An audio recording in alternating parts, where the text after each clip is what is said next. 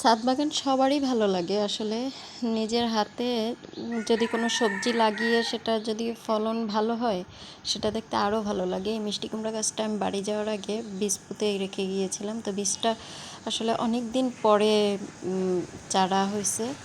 চারা হয়ে ঠিক একটা গাছে একটা লতাই হয়েছে, একটা লতায় ঠিক একটা মিষ্টি কুমড়া হয়েছে। মাশাল্লাহ, মিষ্টি কুমড়াটা দেখতে ভীষণ সুন্দর, তবে মিষ্টি কুমড়াটা অনেক ভালো জাতের মিষ্টি কুমড়া।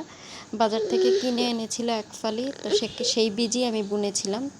আর এই যে টমেটো গাছ দেখতে পাচ্ছেন এখানে, এই টমেটো গাছ, ওয়াও! এই টমেটো গাছের তখনকার ভিডিও আমি নেওয়া হয়নি। এত সুন্দর টমেটো ছিল মাশাল্লাহ। মাত্র 2টা টমেটো গাছে পুরো একটা ঝাঁকা ভরে টমেটো হয়েছে। বলা যায় না, অনেক বড় বড় টমেটো ছিল। এখন গাছগুলো শেষ হয়ে গেছে, একদম শেষ পর্যায়ে। মরিচ গাছে, নাগা মরিচ গাছ, বোম্বাই মরিচ গাছ, এই যে মরিচ গাছেও মাসাল্লাহ অনেক মরিচ হয়েছে। আমার মরিচ গাছ আরও আছে, বেগুন গাছ আছে, আর সেগুলো নেওয়া হয় না। তবে টমেটো দেখলে মাথা নষ্ট।